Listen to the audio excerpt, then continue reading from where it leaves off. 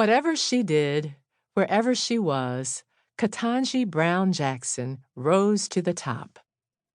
She rose on the hopes of grandparents who only finished grade school, but instilled in Ketanji's parents the value of learning. She rose from the dedication and determination of her parents, who were the first in their families to go to college. She rose from her parents' pride in their heritage that inspired her African name, Ketanji Onyeka, meaning lovely one.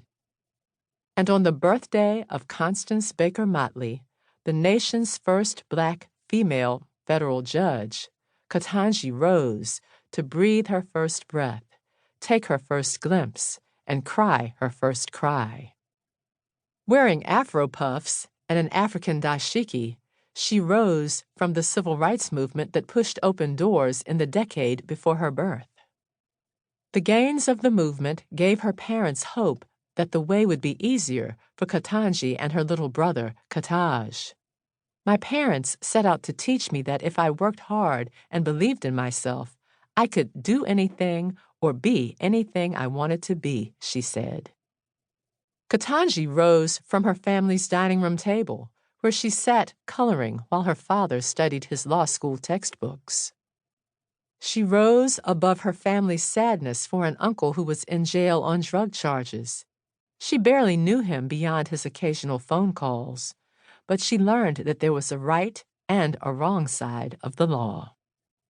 Ketanji rose among her peers to be elected mayor of Palmetto Junior High School and three-time president of Miami Palmetto Senior High School.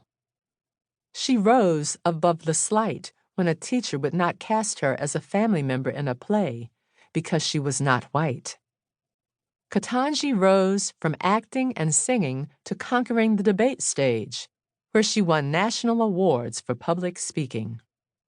Under the wing of her debate coach, Mrs. Fran Berger, Ketanji thrived. Mrs. Berger believed in me, and in turn, I believed in myself. She rose above the debate judges who mocked her African name. She'd respond by saying it clearly and writing it on the board. Ketanji. She rose above a guidance counselor's doubts that she could get into Harvard, whose campus she had first visited for a speech competition.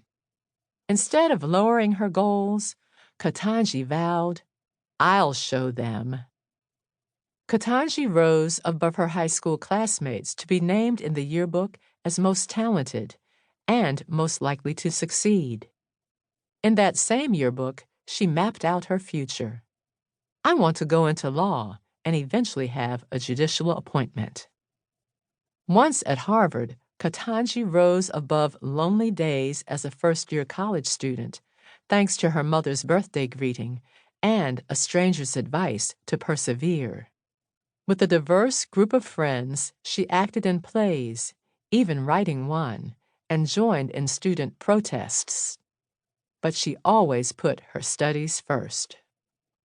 Ketanji rose from a Harvard College honor graduate and a reporter for Time magazine to a Harvard law student and an editor of the school's prestigious law journal. She rose from the examples of service set by her mother, a school principal, her father, a school board lawyer, and her uncles, both police officers. She rose to clerk for judges and to work as a public defender, representing people who could not afford to pay for a lawyer. And finally, Ketanji rose to reach her goal of becoming a federal judge. But she did not stop there. She rose to become an inspiration for her own two daughters. Her youngest, Layla, wrote a letter urging President Barack Obama to nominate her to the U.S. Supreme Court. But the timing was not right. Not yet.